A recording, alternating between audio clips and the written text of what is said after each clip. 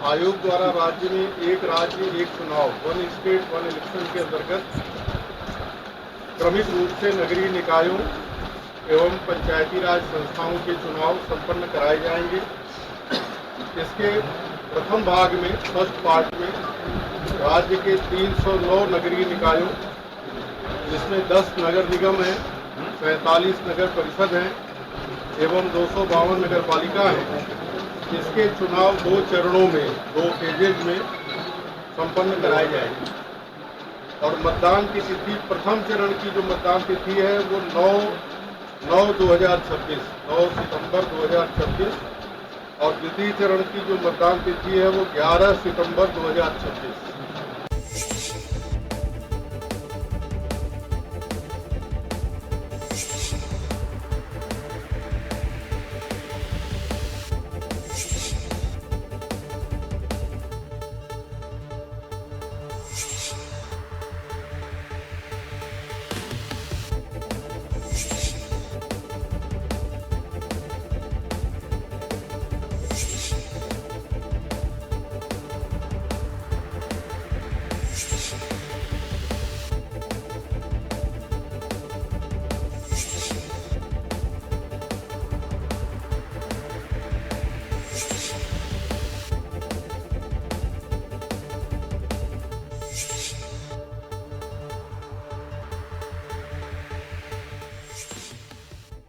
घंटे में स्वागत आपका। मैं हूं योगेंद्र, आप देख रहे हैं खास खबर। और खास खबर में हम बात करेंगे एक खास अवसर की, जिसका लंबे समय से इंतजार था, काफी सियासत भी रही, और ये था कि ऊहापोह की स्थितियां बनी हुई थी कि चुनाव होंगे नहीं होंगे। जिस दिन यानी कि आज जब डेट अनाउंस हुई है तो भी संशय की स्थिति बनी हुई थी कि अभी भी होगा कि नहीं होगा। खैर, 309 निकाय के लिए राजस्थान में शहरी सरकार का बिगुल बज चुका है। 9 और 11 सितंबर को मतदान होगा और 14 को परिणाम आएंगे। ये ऐसा वक्त होगा कि जब कृष्ण जन्माष्टमी भी रहेगी और गणेश चतुर्थी की धूम भी रहेगी, लेकिन इसी दरमियान ये लोकतंत्र का पर्व भी रहेगा।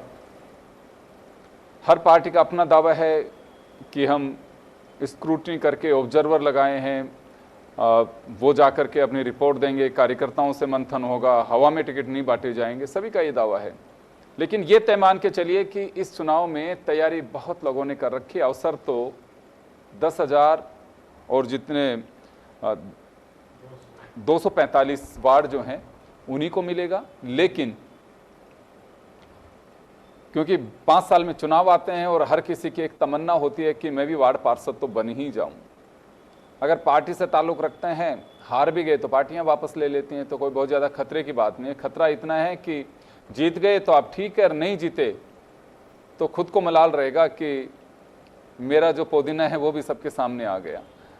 खैर, चलिए आप डेट्स देखेंगे, किस दिन कौन सी हैं, अध्यक्ष का चुनाव कब है, उपाध्यक्ष का चुनाव कब है, ये तमाम चीज़ें हैं। तो हमारे साथ आज इस पूरे मुद्दे पर चर्चा करने के लिए उमेंद्र दादी साहब वरिष्ठ पत्रकार हैं, पंकज जोशी साहब जयपुर के पूर्व महापौर हैं और भाजपा प्रवक्ता हैं, संदीप कलवानिया जी हमारे साथ कांग्रेस प्रवक्ता हैं। सभी का स्वागत है। मैं पहले राजनीतिक दलों से ही रिएक्शन लेना चाहूँगा। संदीप जी, आपके पास में आना चाहूँगा। पहला रिएक्शन चाहूँगा, आपकी पार्टी का इलेक्शन अनाउंस हो चुके हैं, काफ़ी लंबे समय तक इस पर राजनीति भी हुई, बयानबाजी भी हुई, लेकिन आखिर निकाय के लिए तो ये अनाउंस कर ही दिया। अब आपको पंचायत का इंतजार करना होगा, लेकिन फिलहाल अपन निकाय की बात करें तो तैयारी जो आप लोगों की चल रही थी, अभी वो परीक्षा की घड़ी आ गई है। योगेंद्र जी, निश्चित रूप से जो राजस्थान में पंचायत और नगरीय निकाय के चुनाव आज के करीब 2 साल पहले हो जाने चाहिए थे, वो 2 साल देरी से हो रहे हैं। मगर इसके लिए भी कांग्रेस के नेताओं ने कोर्ट तक की लड़ाई लड़ी है और माननीय उच्च न्यायालय ने फटकार लगाई, तब राज्य निर्वाचन आयोग और राज्य सरकार ने चुनाव की ये डेट डिक्लेयर की है। निश्चित रूप से आप देखें, पिछले 2 सालों में हम देखेंगे लगातार नित नए बहाने लेते आ रहे थे। पहले SIR का लेके आए, पुनर्गठन पुनर्सीमांकन का लेके आए थे, फिर उसके बाद में वन स्टेट वन इलेक्शन का लेके आए, फिर लास्ट में OBC आयोग का बहाने से लगातार चुनाव टाले जा रहे थे। अगर यही चुनाव समय पे होते तो आज जो नगरीय निकाय संस्थाओं की और पंचायत राज संस्थाओं की तो दुर्दशा भारतीय जनता पार्टी ने की है, वो बहुत अच्छी होती। आप देखेंगे कि भारतीय जनता पार्टी ने चुनाव देरी कराने की वजह से क्या हुआ, इन संस्थाओं को जो बजट मिलता है केंद्रीय वित्त आयोग से हो चाहे राज्य वित्त आयोग से हो, वो मिल नहीं पाया, और वहाँ पर जो विकास के जो काम होते हैं वो पूरी तरह से ठप रहे हैं। मगर बड़ी अच्छी बात है, किसी ना किसी चाहे कोर्ट की फटकार हो चाहे और दूसरे हो, चुनाव आखिर आज राज्य निर्वाचन आयोग ने घोषणा की है और जल्द ही चुनाव भी होंगे। कांग्रेस पार्टी लगातार हर मुद्दे को उठा रही है। जिस मुद्दों के साथ भारतीय जनता पार्टी सत्ता में आई थी, जो 2 साल पहले जो इन्होंने बड़े बड़े वादे किए थे, चाहे आप किसानों की बात कर लें, चाहे युवाओं की बात कर लें, चाहे शहर की सड़कों की बात कर लें, पानी की बात कर लें, इन तमाम मुद्दों पे आज भारतीय जनता पार्टी पूरी तरह से विफल है। और जिस प्रकार से जैन जी पेपर लीक के मामले को लेकर आज हमलावर है भारतीय जनता पार्टी पर, और पूरा आक्रोश है कि जिन वादों के साथ भारतीय जनता पार्टी ने सत्ता हाथी आई थी, आज मुझमें पूरी तरह से विफल है। चलिए, मैं पंकज जोशी साहब के पास में जाना चाहूंगा। पंकज जी, ये बड़ी कवायद होती है कि जब इलेक्शन अनाउंस हो, क्योंकि लोकतंत्र में एक इसे पावन पर्व की तरह देखा जाता है। अनाउंस हो चुके हैं, आपकी पार्टी सत्ता में है, काफ़ी इस पे राजनीति लगी चली। अभी संदीप कलवानिया जी कुछ चीज़ों को दोहराते हुए आप पे फिर आरोप लगा रहे हैं, लेकिन इलेक्शन डिक्लेयर हो गए। मैं पार्टी का रिएक्शन चाहूँगा, क्योंकि आप पार्टी के अधिकृत एक हमारे साथ में प्रवक्ता बैठे हुए हैं, तो क्या रिएक्शन पहला जो अनाउंस हुए हैं उसको लेके? देखिए योगेंद्र जी, मैं यही कहना चाहूँगा कि देखिए कांग्रेस पार्टी लगातार जो है आरोपों पे चलती आई है, हमेशा आरोपों के आधार पे चलती है। लेकिन मैं ये कहना चाहूँगा कि भारतीय जनता पार्टी लगातार जो है, चाहे हम 2 लोग जो हैं लोकसभा में जीते हों और चाहे आज पूर्ण बहुमत की सरकार हो, लगातार पार्टी जो है कहीं ना कहीं जनता के बीच में रहती है, और जो भी चुनाव होते हैं उनको जो है एक तरीके से चुनौती के रूप में लेती है। और आज जो है उस चुनाव के लिए हमारे कार्यकर्ता, हमारी लीडरशिप, हमारे नेता और सब मिलकर के जो है उस चुनाव को एक रूप में चुनाव लड़ेंगे, और एक रूप में चुनाव लड़कर के जनता की सेवा करने का माध्यम रखेंगे। आपने स्वयं ने देखा कि कांग्रेस पार्टी का एक विचार है कि यदि ऐसा होता तो ऐसा होता, लेकिन हम फिर कह रहे हैं कि जो होगा वो अच्छा होगा, जो करेंगे वो अच्छा करेंगे। और इसी कारण से आप मुझे बताइए कि कांग्रेस के शासन में लगातार हुआ क्या था? आपने बोर्ड बनाने के लिए आपने पॉलिसियां चेंज कर दी। एक बार आप जो है नया सगुफा लेकर के आए कि जो है हम मेयर जो है सीधा बनाएंगे, सीधे मेयर में आप मेयर तो बना लिया आपने, लेकिन आपने बोर्डों की क्या हालत करी, उसका खामियाजा किसको भुगतना पड़ा? यहां तक कि वो जो मेयर बनी, उन मेयर ने और मुख्यमंत्री के बीच में, सरकार के बीच का तालमेल का जो है पूरी जो है शहर ने देखा, और उन बीच के जो नोकझोंक थी, यहाँ तक कि मंत्री तक को कहना पड़ा कि मैं जो है कभी जो है नगर निगम नहीं जाऊंगा, वो नगर निगम नहीं है, नर्क निगम। तो ये जो चीजें थी वो थी। उसके बाद की वजह से रही, कैसे रही? नहीं, देखिए वो ये रहा कि आप जब प्रयोग करते हैं, चुनाव जीतने के प्रयोग करते हैं, जब आप सेवा भाव नहीं रखते, केवल ये देखते हैं कि बोर्ड मेरा बन जाए, मेरी कॉलर साफ रहे, दूसरे की कॉलर पर जो है एक जो है छीटा मार। लेकिन अब तो अब आपने देखा, इसीलिए कहा इन्होंने, फिर कहा कि किसके भरोसे हैं? जैन जी के भरोसे हैं, अपने भरोसे नहीं है। आपने पूछा कि पार्टी की क्या तैयारी है ना, इन्होंने ये नहीं बताया। इन्होंने कहा कि जैन जी के कारण हम जीतेंगे, लेकिन हमने कहा कि हमारी पार्टी की जिम्मेदार, हमारी पार्टी मैंने कहा कि आज जैन जी का भी आक्रोश है। आपने बताया ये नहीं कहा हम उनके भरोसे चुनाव जीतेंगे, ये नहीं कहा मैंने। कलवानिया जी वो तो चुनाव आएंगे जब देखेंगे, पर लेकिन मैं आज कह रहा हूं, तो ये तो देखिए, ये तो आज जो है केवल अपनी जो है डिबेट का वो है। मैं कह रहा हूं कि भारतीय जनता पार्टी ने अपने चुनाव के साथ ही, क्योंकि ये कह रहे थे चुनाव होंगे नहीं होंगे, लेकिन मैंने कहा कि भारतीय जनता पार्टी ने उसी दिन से तैयारी शुरू कर दी थी, जब जो है सरकार ने कहा था कि हमने जो है, देखिए आपने मैनिफेस्टो की जो है चुनाव घोषणा होने से पहले बना दिया, हमने संभाग के जो प्रभारी थे वो टीम बना दी, संभाग के बाद हमने जो है हर एक निकायवास जो है प्रभारी वहां पर लगा दिए। और हमारा सबसे बड़ा जो महत्वपूर्ण होगा कि वो रहेगा कि कार्यकर्ताओं को टिकट मिले, कार्यकर्ताओं में से टिकट मिले, उनमें से देख करके मिले, और कार्यकर्ता जो है वो इस लगन के साथ और मन के साथ काम करे कि कहीं ना कहीं जो शहर में बैठा हुआ अंतिम व्यक्ति है उस तक जो है उस योजनाओं को लाभ पहुंचे। और भारतीय जनता पार्टी की जो भजन लाल जी के नेतृत्व में सरकार है, वो जो काम किए हैं, उन कामों के आधार पर, जो केंद्र सरकार ने काम किए, उन कामों के आधार पर हम जाएंगे। और आपको मैं निश्चित कह सकता हूं कि फिर दोबारा जो है ट्रिपल इंजन की सरकार जो है फिर प्रदेश में बनेगी, और लगातार जो है विकास। पंकज जी, ये तो तय माना जाना चाहिए कि टिकट जो है वो कार्यकर्ताओं में से ही मिलेगा, 100% मिलेगा।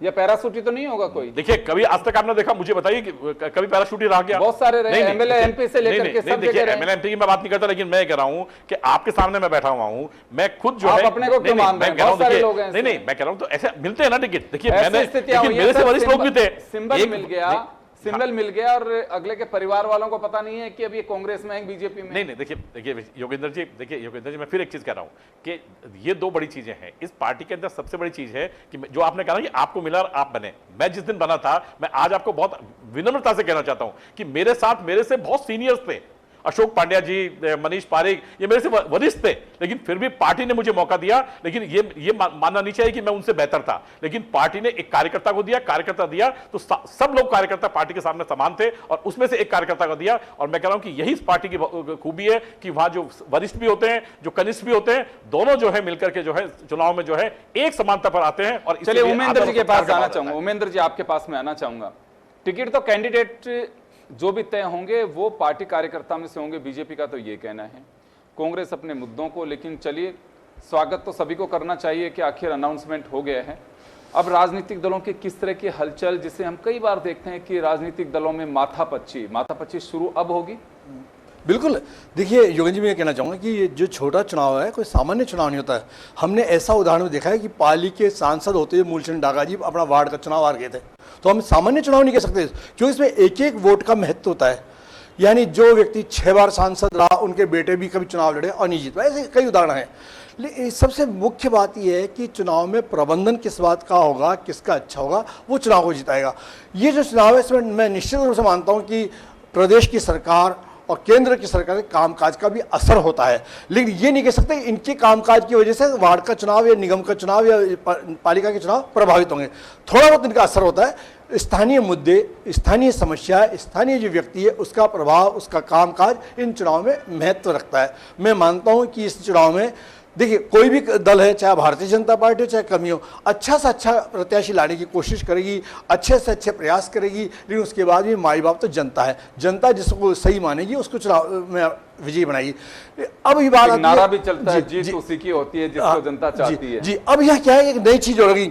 यहाँ पहले तो होता था ओबीसी अलग है, SC ST अलग है, सामान्य, और एक नया वर्ग और पैदा कर दिया उन्होंने, जैन जी का वर्ग पैदा कर दिया। यानी अब ये हो गया कि ये ओबीसी इनके अलावा एक वर्ग हो गया। तो ये इन सब चीजों को लुभाने की बात है। अब कभी हम कहते हैं कि महिलाओं को इतने % देंगे, इनको ये %। कुल मिला के आप ये कहिए कि चाहे युवा हो, चाहे बुजुर्ग हो, चाहे महिला हो, चाहे किसी भी वर्ग का हो, अच्छा व्यक्ति हम उसको टिकट देंगे। ये बात कहने से क्या है, इनके वोट प्रभावित होते हैं। यदि ये बात कहेंगे ना हम अच्छे व्यक्ति को देंगे, अब इनको तो कहना पड़ेगा हम इतने टिकट महिलाओं को देंगे, हम इतने टिकट जैन जी को देंगे, क्योंकि इनको वर्ग भेद पैदा करने के बाद ही लाभ मिलेगा। ये वर्ग भेद पैदा नहीं करेंगे तो इनके वोट क्या है कि एकजुट होकर तो उनको नुकसान हो जाएगा। अब बात ये आती है योगेंद्र जी कि इन चुनाव में स्थानीय मुद्दों के साथ साथ में पिछली बार के वोट ने क्या काम किए उनकी भी एक होती है। पिछली बार के वोट से जनता ने कितने लाभ लिए, कितने प्रभावित हुई, कितने नुकसान हुआ, ये भी इनका होता है। क्योंकि जितना छोटा चुनाव होता है उसमें नाली का, गली का, सड़क का सब मुद्दे होते हैं। अब ये देखो कोई भी पार्टी है वो ये तो कहेगी नहीं हम चाहे जिसको टिकट दे देंगे, एक इनका मापदंड होता है, उस हिसाब से काम भी करेंगे, उस हिसाब से प्रत्याशी को लाने की कोशिश भी करेंगे। लेकिन जनता के दिल में कौन व्यक्ति बैठता है, कौन उनके यहाँ आता जाता है, कौन उनके वार्ड की समस्याओं के लिए सक्रिय रहा।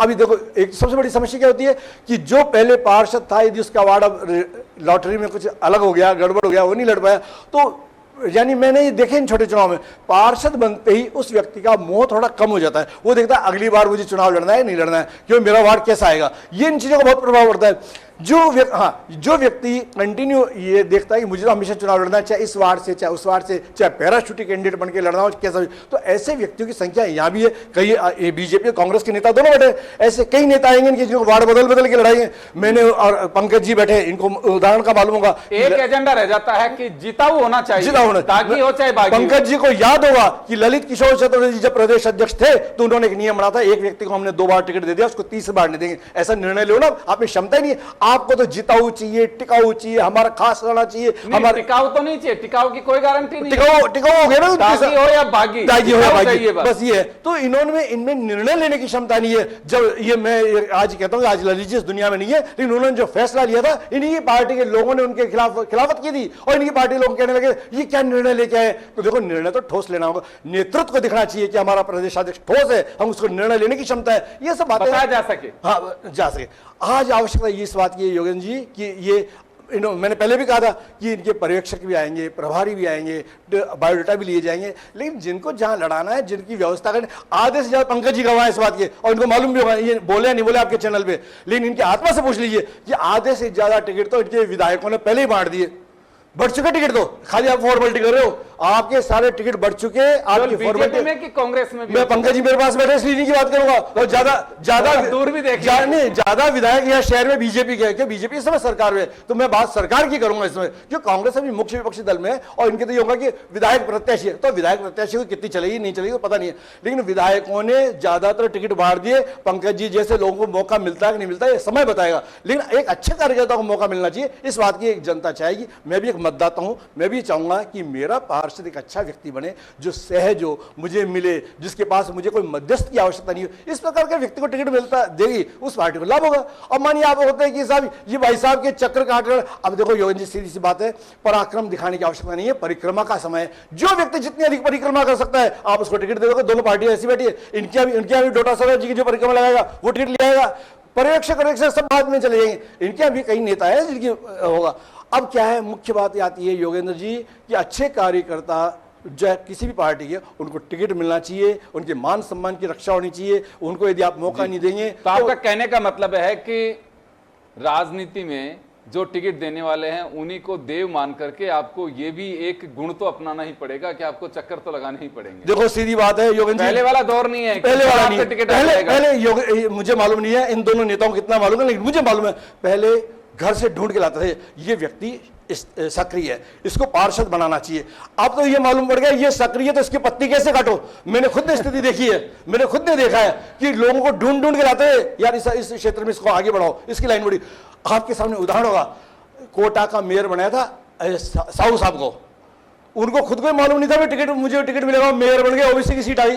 तो ऐसे व्यक्तियों को आप मौका दोगे तो कार्यकर्ता में एक मैसेज जाएगा, वो देखेगा कि कभी मैं भी यहाँ का मेयर बन सकता हूँ, मैं भी कभी यहाँ का पार्षद बन सकता हूँ। लेकिन यहाँ लगता है आज भी 3 साल पहले से आज चुनाव हो रहे हैं, अगले चुनाव की पहले से पोस्टर लगाने लग जाएगा, जन्मदिन मनाने लग जाएगा, जन्मदिन की बधाई देने लग जाएगा, या औरों का जन्मदिन मनाने लग जाएगा और लिख देगा पार्षद प्रत्याशी। अरे अभी आपने टिकट दिए नहीं, कुछ हुआ नहीं, पार्षद या इनके तो मैंने ऐसे देखे, वो तो देखे सोशल मीडिया पे बहुत सारी जगह चल रही है संभावित प्रत्याशी ऐसे। ये इसका मतलब ये है कि टिकट दो चाहे मत दो, मैं तो हूं। चले मैं आ रहा हूं, संदीप जी आपके पास में आना चाहूंगा। अभी तो उस पे प्लान पे आप लोग काम कर रहे हैं, उसके बाद में बी प्लान होगा कि बागियों को कैसे बैठाया जाए। अभी जैसे उमेंद्र जी कह रहे हैं कि परिक्रमाओं का दौर शुरू हो जाएगा, और ये देखिए मानव स्वभाव है, कोई खास बात नहीं है, क्योंकि पॉपुलेशन बढ़ रही है, कार्यकर्ताओं की संख्या बढ़ रही है, अपेक्षाएं बढ़ रही हैं, हर आदमी एमएलए बन नहीं सकता। एटलीस्ट ये तो माना जाता है कि एक जो आदमी निगम या निकाय परिषद जहाँ पे भी अगर कोई बनता है तो वो ही मान के चलता है कि चलो यार सेमी एमएलए जितना तो है, उस वार्ड का पार्षद है, उसका अपना एक रुतबा होता है, क्योंकि सरपंच ही आजकल काफ़ी पावरफुल होते हैं तो पार्षद भी होते हैं। तो यहाँ आपका रहेगा क्या एजेंडा, क्या तय किया पार्टी ने कि हम इस रूट पे चलेंगे और ऐसे टिकट तय करेंगे और तब तक हम टिकट दे देंगे? देखिए योगेंद्र जी, जब पंचायत राज संस्थाओं की और नगरीय निकाय चुनाव की जो बात आई थी, जब पहले माननीय न्यायालय ने एक टाइम टेबल दिया था 15 अप्रैल से पहले तक का, उसी समय लगातार कांग्रेस संगठन पूरी तरह से हर विधानसभा क्षेत्र में, हर वार्ड में हमने वार्ड अध्यक्ष भी बनाए हैं, विधानसभा क्षेत्र में पूरे 200 विधानसभा क्षेत्रों में हमने पर्यवेक्षक नियुक्त कर रखे हैं, पूरा उनसे फीडबैक लेके और एक रायशुमारी करके वहाँ के जो स्थानीय आदमी को, जो पार्टी के प्रति वफादार है, जो पार्टी का कार्यकर्ता है, उसकी छवि कैसी है वहाँ स्थानीय लोगों में और स्थानीय मुद्दों से उनकी पकड़ कितनी है, ऐसे आदमी को टिकट दिया जाएगा। और निश्चित रूप से हमारे पार्टी के आला कमान ने और प्रदेश अध्यक्ष जी ने स्पष्ट कर दिया कि हम ज़्यादा से ज़्यादा टिकटें युवाओं को देने पर विचार कर रहे हैं। 50% नहीं, उन्होंने 60% तक का आंकड़ा दिया। निश्चित रूप से हमारी इस बार जो चुनाव में वो रणनीति बिल्कुल अलग है। और आप देखें, हम एक कदम आगे हैं भारतीय जनता पार्टी से। हमने बाकायदा ऑनलाइन आवेदन हमने मांग लिए हैं और बाकायदा एक QR कोड हमने जारी कर दिया है। उसके तहत हम प्रत्याशियों के जो संभावित उमेंद्र जी ने कहा कि इनके तो अलग हो सकता है, क्योंकि भारतीय जनता पार्टी तो झूठ का बुलडोजर चलाती है। इनकी सत्ता और संगठन में क्या हालत है वो सब तो ये नहीं कहा, तो बुलडोजर इधर से नहीं चला, बुलडोजर उधर से चला। मगर वो तो इनका तो देखो, जनता को भ्रमित करना, लोगों की आस्था के साथ खिलवाड़ करना, ये भारतीय जनता पार्टी की फितरत है। और भारतीय जनता पार्टी ने जो वादे किए थे आज जनता, आप जयपुर की हालत देख लिए, लगभग भारतीय जनता पार्टी के विधायक हैं और उप मुख्यमंत्री भारतीय जनता पार्टी का है, जयपुर का है, और मुख्यमंत्री जयपुर का है। आप ये देखें कि जयपुर की हालात क्या है, आज सड़कों की हालात क्या है। आप 10 कदम चल नहीं सकते, हर बड़े बड़े गड्ढे हैं, सीवर लाइन में क्या स्थिति है, पानी की क्या स्थिति है, कहाँ गया ये। जब आज अगर इतनी अपॉर्चुनिटी थी भारतीय जनता पार्टी के पास, तो एक जयपुर का नक्शा चेंज हो जाना चाहिए था, मगर भारतीय जनता पार्टी ये चाहती नहीं है। और जिस प्रकार से आप देखेंगे आज लोगों में गुस्सा है, वो अपने आप को ठगा महसूस कर रहे हैं कि जिस भारतीय जनता पार्टी को जिस सोच के साथ हमने वोट दिया था, वो सिर्फ और सिर्फ अपना घर बनाने के में लगे हुए हैं नेता, जनता की कोई बात नहीं सुनी जा रही है। तो मैं एक बात जानना चाहूंगा सर, एक छोटा सा सवाल और होगा इसी के साथ में। आपने स्वागत भी कर दिया, सब कुछ हो गया, लेकिन अब कांग्रेस 309 में से कितने की क्या संभावना मान के चलती है, और क्या मतलब ये कहा जा सकता है कि हम इतनी जगह पे हमारी सरकार बनाने में हम योगेंद्र जी, कामयाब जिस रहेंगे? प्रकार से आज भारतीय जनता पार्टी की लोगों में आक्रोश है और वो मौका देख रहे हैं कि कब वोट की चोट से इनको जवाब दिया जाए। और मैं तो ये कहूँगा 309 नगरीय निकायों के चुनाव हो रहे हैं, उनमें अधिकांश कांग्रेस की अच्छी जीत होगी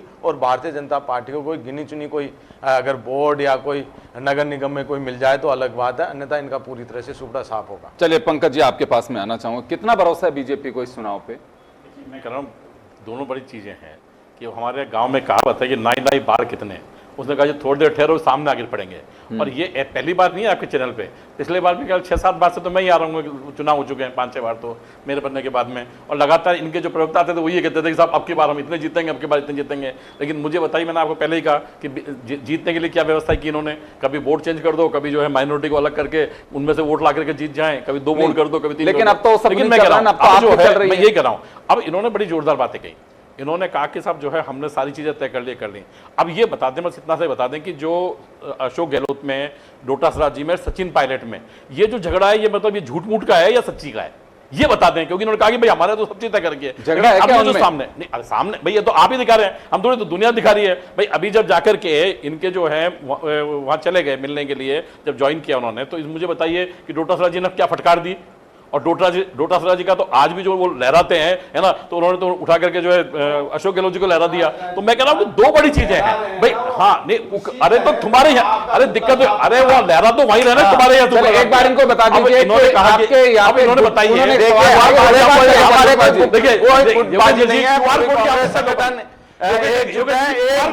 आप चुनाव लड़ेंगे, ये बता दें इनके खिलाफ देखिए क्या हो रहा है राजस्थान में, कोई सरकार चल रही है। अरे आपका ही मंत्री आपके कलेक्टर के खिलाफ बैठ रहा है कि तो राजस्थान की जनता सब जान रही है आपके और संगठन में क्या हो रहा है, कौन नहीं राजस्थान की जनता जानना चाहिए। ये आप देखें, ये हमारी पारदर्शिता क्यूआर कोड से तो हम क्यूआर कोड से नौकरी दे रहे के साथ नहीं होना पड़े।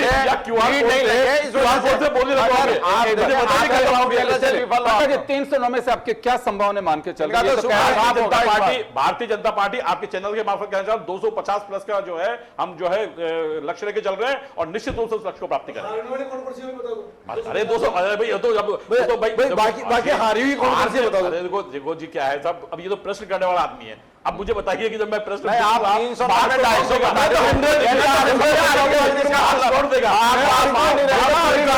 ये पूरी मान के चल रहे हैं। ये तो पूरी मान रहे तो हार अपनी मान रहे हो ना, इन्होंने हम हारेंगे आज मुझे बताइए ये खुद मान रहे हैं मारेंगे।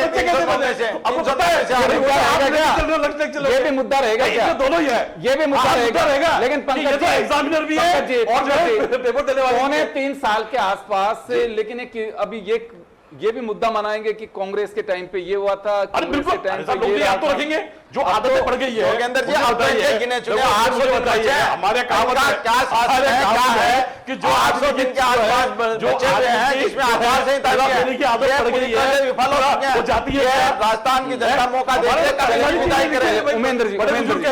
उमेंद्र जी आपके पास में आना चाहूंगा। दोनों के अपने अपने दावे हैं और होने भी चाहिए, क्योंकि तैयारी राजनीतिक दल करते हैं।